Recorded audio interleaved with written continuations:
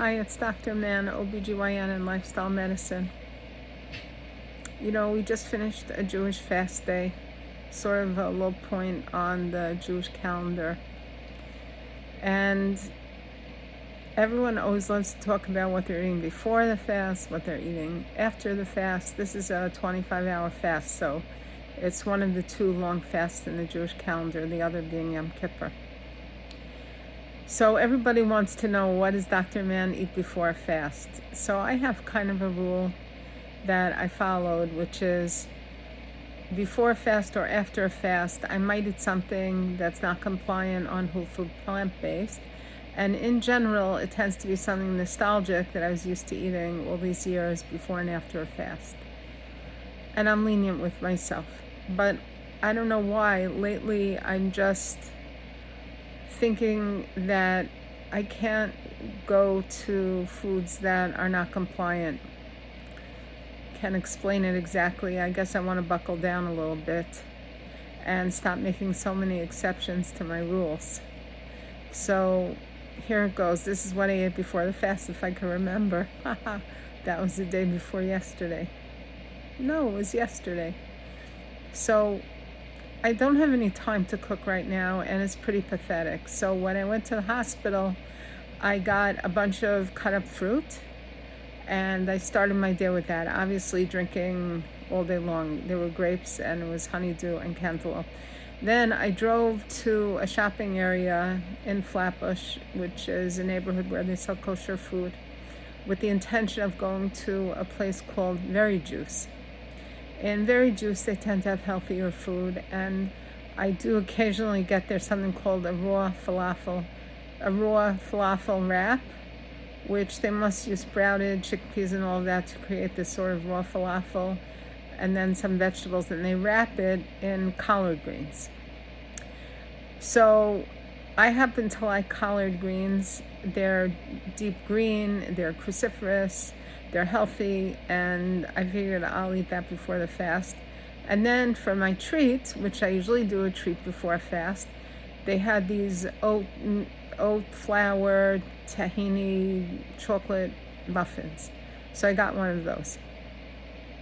By the time I got to my office, I had already gobbled up the tahini oat muffin, and it was quite tasty. It wasn't sweet at all.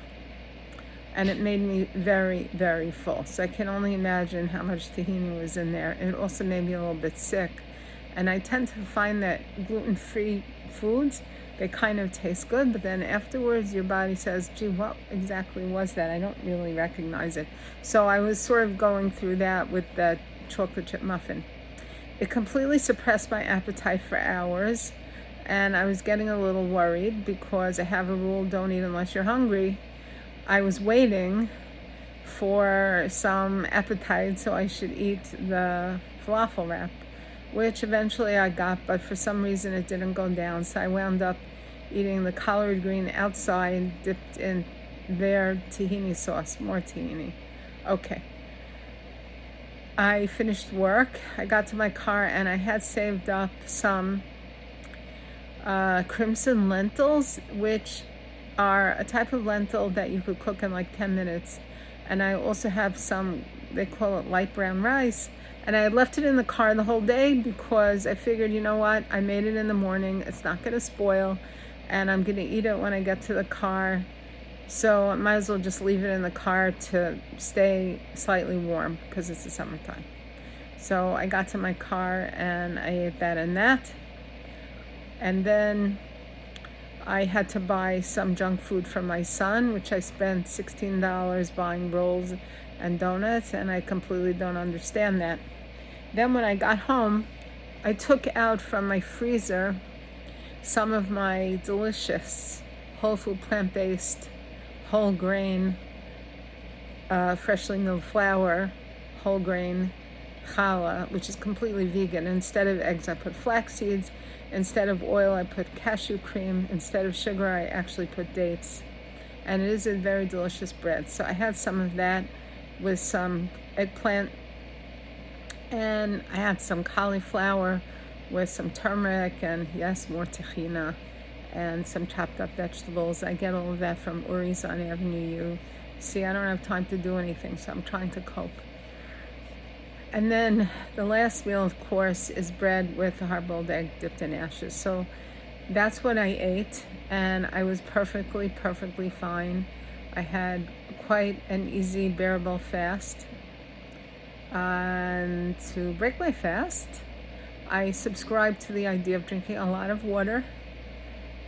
And that's what I did. I drank a lot of water. I had watermelon.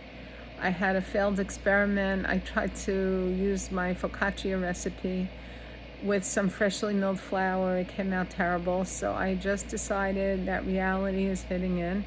And I have from Sion on 13th Avenue and 38th Street in Brooklyn, which is a Yemenite store, some pita made from white flour, which I took out of the freezer and defrosted it because I was not in the mood for anything sweet. And I had my hummus that I got from Uri's with full nitzri, also known as Egyptian fool or Egyptian fava beans. That I cooked myself. That is a special bean that is not very delicious when you buy it in a can. You can find it in a can from Goya, and there's one Israeli company, Galil. They sell canned full nitzri, but I don't like it. So I keep in stock some homemade cooked full nitzri, and I make it without salt and without spices and without anything. So I took that out of the freezer. I mixed it with the flavorful hummus and the pita, and I had quite a delicious meal. I meant to have a salad, but I realized I ran out of room, and I did not have the discipline to eat the salad before eating the beans. And that would have been really much more ideal. But I decided to save the salad for work tomorrow. Then for dessert, I had some 72% chocolate because I ran out of the 85, and a small amount of my mildly sweet halva, which I gave on a different video. And then I had some more watermelon later. But the interesting thing is that in the old days, when I would eat like anything, before or after a fast, especially after a fast, I would eat till I'm up to here, and I would feel unwell. I would feel my stomach bursting. I would for sure eat some sort of cake or something that really has no nutritional value, and I would feel very unwell. And I have to say that I'm glad that I stuck with my whole food plant-based, because I feel much better. And I would encourage everyone to try, when they break a fast, to stay with the healthy, nourishing foods, and really to avoid all of that other stuff that's for sale, or you can make it yourself. But try not even to do that after a fast. I was toying with the idea of making chocolate buns for my son, but then I realized, you know what, that's a sabotage. And I just was not in the mood to sabotage. I bought my son his disgusting donuts. I didn't even taste them. And let him eat his disgusting donuts. I'll make some sort of homemade baked goods for him a different day, not after a fast. I wanted to add one point. My son keeps telling me that the only way to become a big star on the internet is to make short videos. And I keep telling him that I can't make short videos. I have to make them as long as I make them.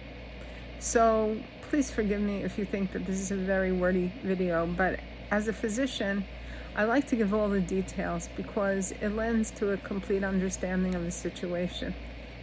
I hope you had the patience to sit through this video till the very end. Part of the reason why I'm making them in such great detail is I hope, God willing, that I'm going to come out with a book on my perspective on whole food plant-based eating, how to help people get moving from our cultural perspective. And anyone who has a traditional diet can benefit from, I hope, what I'm going to be putting to pen. Thank you very much.